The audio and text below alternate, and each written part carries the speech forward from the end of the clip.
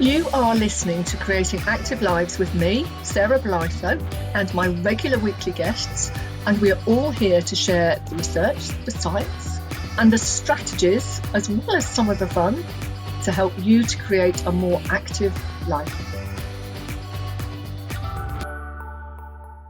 Hello and welcome to this episode of Creating Active Lives with me, Sarah Blytho, and my guest this week, Sammie Searle. Sammie is the founder of a very successful entertainment company called Boogie Tots, which we're going to talk about a little bit later. She's worked in the entertainment industry for over 26 years, both in the UK and internationally, and she now promotes This Girl Can, which is an initiative I'm sure some of you have heard about, but wondered exactly what it's about. So when we talk about Boogie Tots and the dance club side of things, I know you're a great believer in getting people going at an early age. Tell us a little bit about you and how you got involved with This Girl. What are you? So I've been running adult dance classes and they were quite well attended, but I saw that This Girl Can were running courses, so I thought I would get one of those courses under my belt and hopefully attract some more people. And it was such a really kind of unique idea where it would let you trial out different dance styles, so or fitness styles, I should say. So it's like a little taster of box fitness, a taster of yoga-inspired stretch, move, which is kind of like your HIIT training, high interval training, and then tone, which is like legs, bums and tums, and there's one more which is dance fitness, which I was running myself. So and the idea was that people that had fallen out of love with fitness or don't want to go to the gym because it's a bit intimidating, or they've had a break and they want to get back into exercise, or that sort of thing, that it would be nice for them to come and do this class, a nice, easy, like 10-week course, do this class, and then hopefully feel confident to go to a full box fitness class or a yoga class or whatever they are attracted to. Yeah, I was going to say, it's a really good way of kind of people trying things out, because sometimes you're not sure about trying something out because you think, oh, well, if I don't want to sign up for a course because if I don't like it, then I've wasted my money. But something like this, like you're saying, you get to try different types of activity, but also you get to move on and build your confidence as you're doing it in literally, this girl can, I can do this. And it's, anyone who knows me knows I do talk about this a lot, is we want people to come to our sessions to work with us, going away thinking, I can do this. And I think that's what sounds really, really good to me. So what sort of people come through your This Girl Can project? Of course, I've just run. There's a lot of older people, but I think that's to do with the time of day, because it's in the morning during the week. But they're people that have had a break from fitness or are new to the area and maybe suffered some injuries, so they can sort of start off small, because the class works really well. It's really nice. You have like 5 minutes warm up, then 10 minutes of, say, the box fitness, then 10 minutes of your dance fitness or another section, or the yoga, and then we have our cool down, and then we have some mindfulness at the end. So just 45 minutes class. So it's something for everyone, and you kind of just go at your own pace. So if you're finding it really easy, you can put all your energy into it and really go for it. But if it is hard for you, just take you take it at your own range, and you just do what you can. It's just the class ethos is like, if you go the wrong way, don't worry about it. It's fine. And that's what we want, isn't it? We want fitness. We want activities to be inclusive, and that means people can pick a pace and stick to it. They can sort of say, oh, do you know what? I want to try this out, so I'm not going to put too much into it yet. But hopefully over the weeks, they start to really put much more effort in, and then think, do you know what? I'm going to do the yoga, I'm going to do the dance, I'm going to do the golf bit, because that's what I like. But they've got experience of the other ones, so they don't feel quite as intimidated going into the class. You mentioned older adults, but also people moving to a new area, people new to the area. Do you find that there's a big social? Yeah, it's very quite relaxed, and they encourage their friends to come. It's really nice. We've had a chat about, because the idea is then that we would get other providers in and that run classes in the area, so they could then go on to their classes. So there's a lot of talk about what yoga classes everyone goes to, and to keep the social element out of the class and then take it into other clubs as well, I guess. Yeah, lots of friendships being made at classes. And do you know what? That's one. It's so important, isn't it? Because when you make friends with them, it really helps your local friends turn up. It often is not like, oh, Becky's granddaughter's been born, and I want to find out all about that. Or Joe's friend's coming along, and I want to meet her. And that social draw can be really, really important for hunting, because, as we know, the more people turn up, the better the results they get. So if it's the social element that keeps becoming an issue, they're still going to get all the benefits, but they also get that social benefit that is so important. You mentioned about sort of other sessions in the area, and I think, again, that's something that's so important, isn't it? Is knowing where to signpost people, because they can obviously carry on with you doing some of the exercises, but knowing what else is going on in the area is being able to say, right, go to this one. This is a really good class. This is a really good thing. And we'll just speak to people, a bit of networking, a bit of collaboration. Towards the end of the course, we those people that are off in the classes that are of interest, we ask them to come and maybe just like talk to the people and basically get a bit of free advertising and see if they can, recruit them for their class. It's quite nice. What we've noticed as well is, say someone's already have a type of fitness, say they already do a dance class, and then they're trying the tone in, they're realizing that different ways of moving their body helps maybe shift weight or tone muscle depending on what they're trying to do. So doing your box fitness gives you one sort of exercise or toning your body, but then if you try something else, how it makes your body change in a different way. And that's what some people are finding, that maybe they need to do high interval training to get build the muscle or lose the weight that they want. I'm all about cross training, as in doing different things, because I think it challenges your body in different ways. But it's also more fun. If you do the same thing every time, it can get quite dull. Even if you're progressing, it's kind of a dull progression. Whereas when you're doing different things, you might do, like you say, HIIT training, which for those listening who aren't sure is high intensity interval training. So it's tough. But you wouldn't do that every day because you'd fall apart. And you wouldn't get benefits because your body would just go, no, thank you. But so if you're doing that one day and then you do yoga another day and then dance another day, it's different things that keep you really, really interested.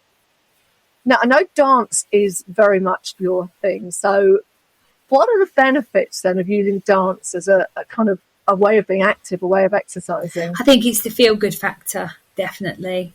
And music is so powerful. It can really get you motivated. I particularly, myself, I love to sing along while I'm dancing. So good music always helps. And it's different ways to move your body, and it's also relatable. So something like, it's not necessarily what we do in our dance fitness, but something like the Macarena is a dance that will bring everyone together from all walks of life, from different languages, and everyone knows the same dance routine. So that's kind of, there's joy to be had in that. And I think it's really good for your mental health and your well-being. Just moving your body, dancing in the kitchen is something we do a lot in our house. So, I just think dance, it moves your body in all kinds of ways. And there's so many different types of style that you can do. And, it's quite fun. It's very much, dance is fun. Sometimes high interval training, for example, is hard going, isn't it? We know it's doing our bodies good, but it is hard. Whereas a bit of dancing to music is fun. Yeah, shaking your body. You've just brought two of my favourite words when it comes to talking about activity. Yay, gold star. Joy. The joy of movement is so important, isn't it? But also fun. Like you say, training isn't necessarily fun, but the feeling you have afterwards obviously sometimes brings you joy. But, with dance, yes, some of it can be like Macarena, there's certain move, but the way you do the moves is very person. It's very individual. And dancing, they're very fluid. Yeah. Can't it? It's not necessarily like lifting weights if you're doing a bench press or if you're doing a squat. you move in a certain way. Whereas with dance, you're moving in all different directions in all different ways. And there's no right or wrong thing. I mean, unless you're doing ballroom dancing, in which case it's like different if you're in competitions. But it's very free. You can really freely express yourself. I sort of advertise it through that. You can freely express yourself and build your confidence and be in a nice environment where you can just relax and be yourself. It's so many adults love dancing, but our opportunity to dance. Like I say, dancing around the kitchen's one thing, but kids are always, no, stop doing that. And I've got a very freestyle style of dancing, which other people might say is terrible, but I just like moving. But I think as adults, we lose the opportunities to move our bodies in that way that you do when you're dancing. And I think it's something that when you get back in touch with it, it must be so lovely to watch people just suddenly almost get that burst of confidence that they're moving in a way that provides joy. And when they crack it, like when they get the hang of it and they've sort of got the routine now, that's a good moment.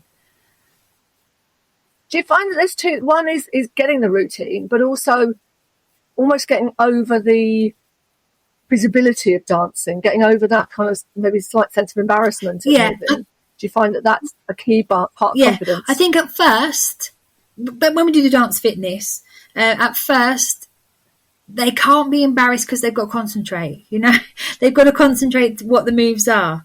And then I think once you're confident that you've got it, you can then express yourself freely. Yeah. It must be amazing to watch. Particularly as you must kind of have people coming in who are quite shy and nervous, and just to watch them blossom. Do you find that kind of that blossoming, that freedom that they gain from the dance goes into their everyday life? I would like to think so. I don't necessarily always see that, but I think you can definitely see confidence building. And I sort of say sometimes, these are moves you could use when you're out, with your friends. I try. I don't know if you get this from a class, but I try and instill that if there's an opportunity to dance, you always should. Like I say that to my children. If you're somewhere where there's a chance to dance, then make sure you do, because it just makes you feel good. It's such I think it's the freedom of moving your body just in lots of different ways that helps, doesn't it? I think they always say, don't they, dance like nobody's watching, and actually most of the time they're not anyway. So just dance, really good. So who kind of inspires you from a point of view of movement generally? Well, as you know, I work a lot with children, and I work in nurseries and schools, and they inspire me. Because they have no inhibitions, no filter. So they just, if you ask them to, I don't know, be a monkey, they just go for it. They really... And they impersonate, like if it's a superhero, they really embody that. So they have no inhibitions, and they just do it. And I think that's really inspiring, and it gives me very creative ideas. But if we're looking for professionals, I absolutely love Beyonce. She is my favourite. Yeah, she's such a show person, Well, and that's, she's at the stage where she's not just dancing, she's really inspiring, and it's her music's very, you find yourself tapping along and wanting to move. And I think it's but it's like with anything, isn't it? And this is where, coming back to this girl Can, being able to try different ways of exercising, of moving, of being active is so important, because you can rule out, can sort of say, well, I'm not that keen on that, but I really like that. But it's not just that, is it? It's knowing where they can go when they finish with you. So if they've done a course with you, it's not just, oh, well, that was really good, but now what? You've got links with other people. You're bringing other people in to meet them and say, this is me, I do yoga, come to mine if that's what you want to do. There's no kind of like, well, you've been with me for 10 weeks, you can't go anywhere else. It's kind of, no, let's get you moving, let's keep you moving and things. So you mentioned about working with children, and your company's called Boogie Tots, which is a great name. So how did that come about? I say Boogie Tots because I have an entertainment background. And when we decided to come and settle back in the UK and have a family, when my son was around about 2 or 3, we wanted to take him to classes like Boogie Tots, and we couldn't really find anything. There was nothing especially not for boys. I mean, there were dance classes for girls, like ballet and things like that, but there was nothing at that time that was very active and fun and playing songs like he liked Michael Jackson and Queen and Crazy Frog, you know, with a real mixture of music. There was nothing really like that. So we decided to create our own. I was going to say, that's so important, isn't it? Is seeing a little gap there and thinking, gosh, you know, this is something that kids need to move. They love to move. And we know from the research, we know that, you know, children spend several hours a day in front of a screen, whether it's a computer, a tablet or a television, they spend a lot of time. Whereas go back sort of 30, 40, 50 years and they'd have been outside for that time. And so this is, again, it's a way of encouraging them to be active, but also to be able to express themselves. Yeah.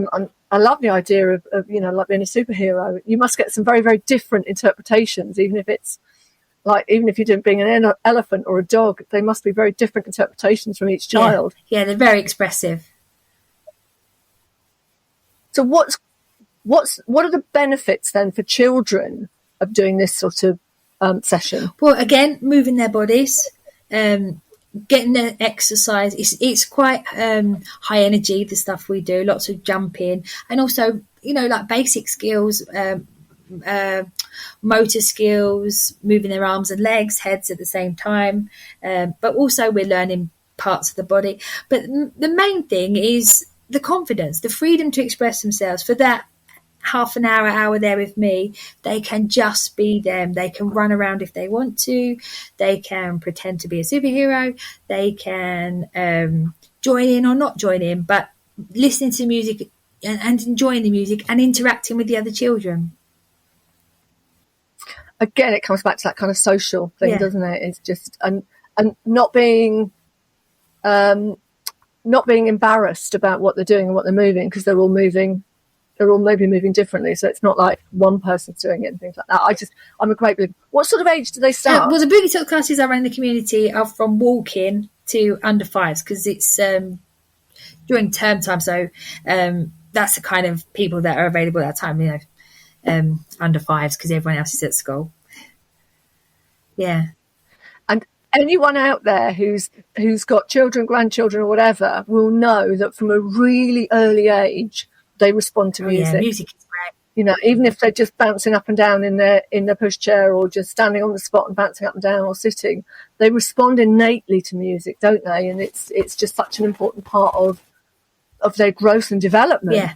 We use we obviously use a lot of the traditional stuff, nursery rhymes and party dances, but we also use TV themes, things like Peppa Pig and Paw Patrol, things that they listen to at home. They can then come and dance to at Boogie Tots as well, and also they have the ability to request songs. So when I visit the nursery recently, they've been asking for AC/DC. Yeah, really? Two different children have asked for that sort of music, and we've sort of rocked out with our air guitars and embraced it. Oh, fun! Do you think that it encourages them to actually take notice of music around them when they're not in a class with you, but to actually notice music and respond to music outside? Yeah, that's something they say a lot to me. Oh, I've got this on my iPod, or my mum likes this one in the car. You know, things like that. They do. I think that's quite important, to connect the songs to home, to school, to nursery. Just create that kind of freedom of movement and just let it stop and dance and things like that. It is so important, isn't it? So you're talking about sort of them walking up to under 5 before they go to school. What about kids who are slightly older? Because quite often that's an age where they stop music because none of their friends are. Is that something that we can encourage as parents, as grandparents, as aunts, uncles, whatever? How do we encourage to keep moving? Well, I think that sort of age group now, I do go into school, so I see the early years. I see Key Stage 1. But I think if you engage them in things that they like, so obviously you probably know TikTok is quite a big thing, and they have lots of dancing routines on there. And that's another way to hook them in, with some modern pop songs. So social media can be a good thing. Yeah.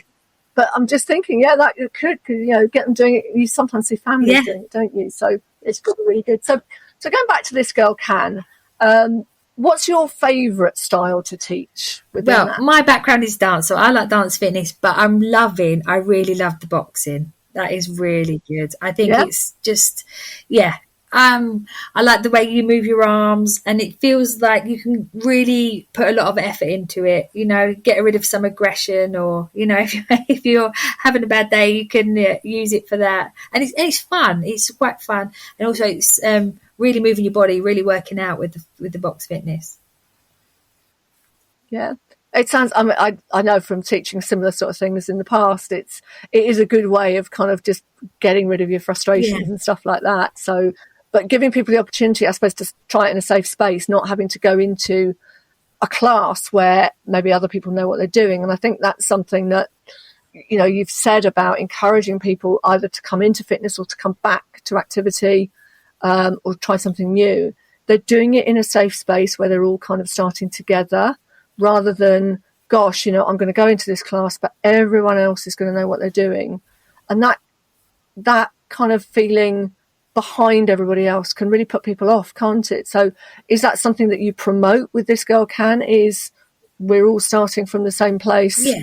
Come and join us. Yeah, it's kind of, the social element is sort of built into it. So at the beginning, everyone sort of has a chat and has a conversation, and it's very open and it's very social. So, for example, I've been to Zumba classes where everyone has their space, and it's hard to find where you fit in. It's not really like that at our class. It's a very big hall anyway, but no one's really got their space, and we can sort of change it up. We like do something where we all go in a circle, so everyone's in the circle together, so no one is really in front of, where you can't see. So just to try and change it up and make sure everyone's involved.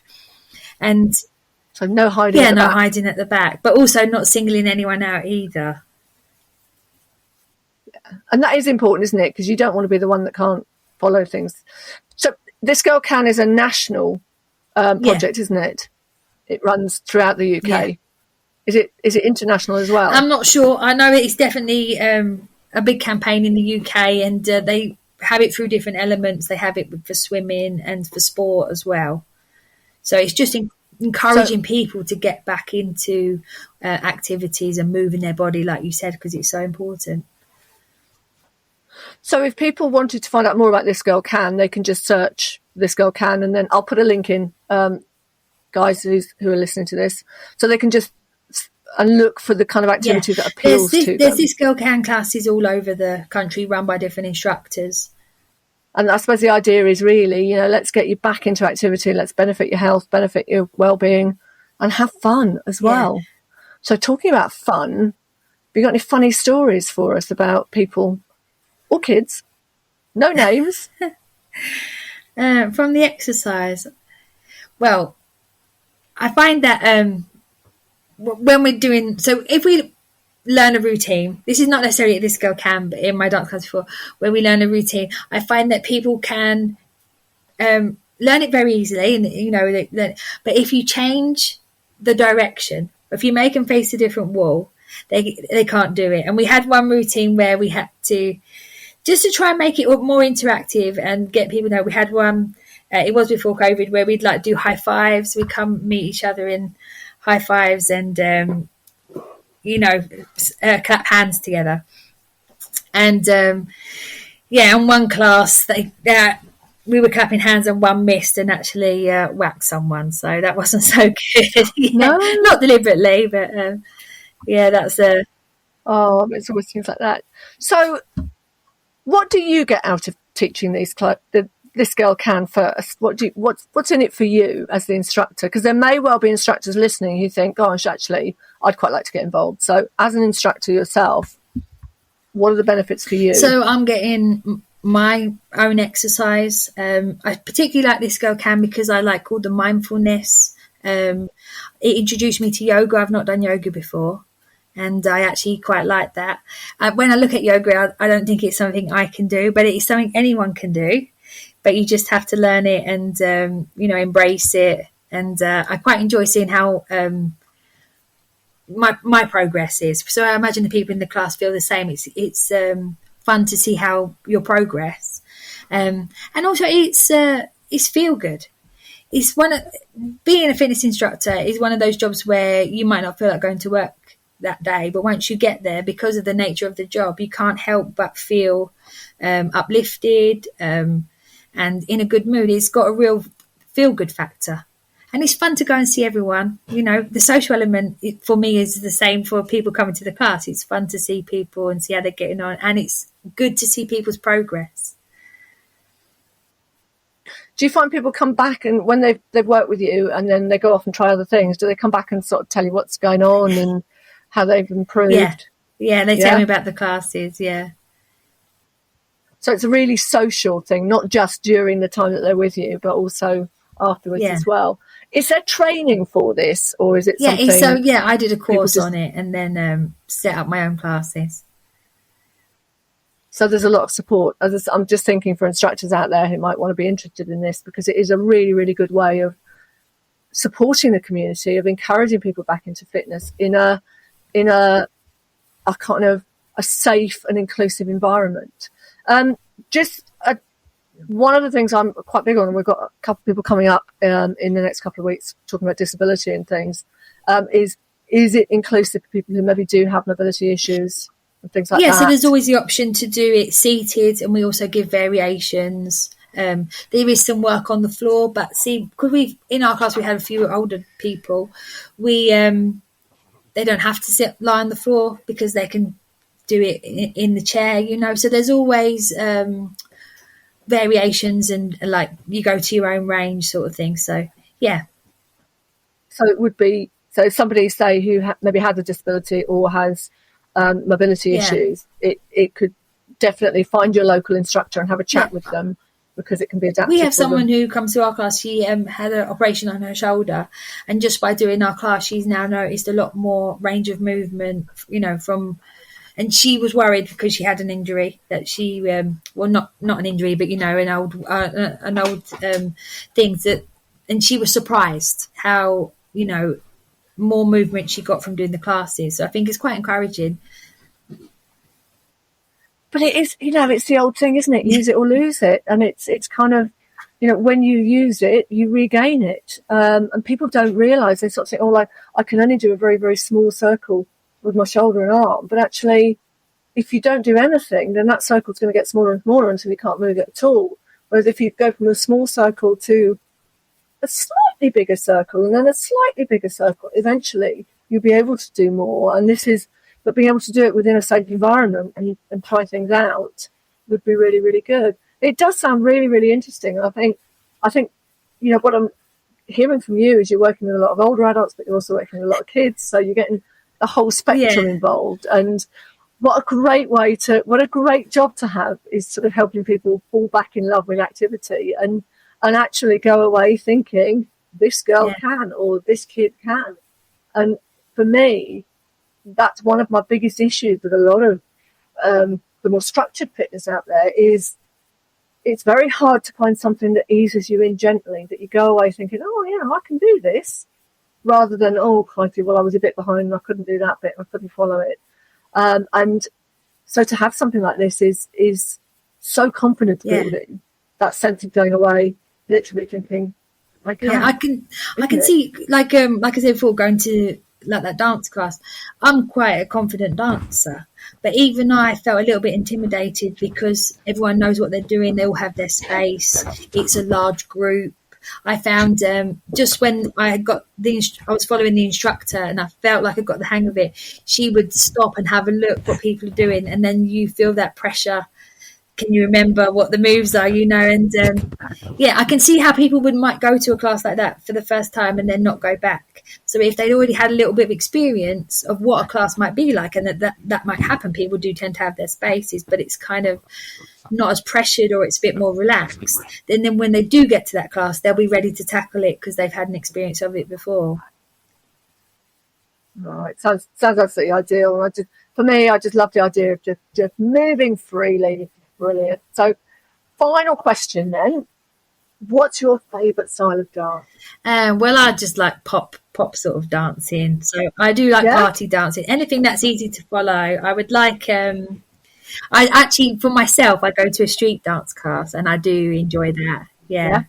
I do enjoy that. I'm not the extreme hip hop, but just the street dance is really good. I enjoy that. And that's very kind of freestyle, isn't it, as well? Yeah. But is that something that you find people that come along and try your questions move on to things like that?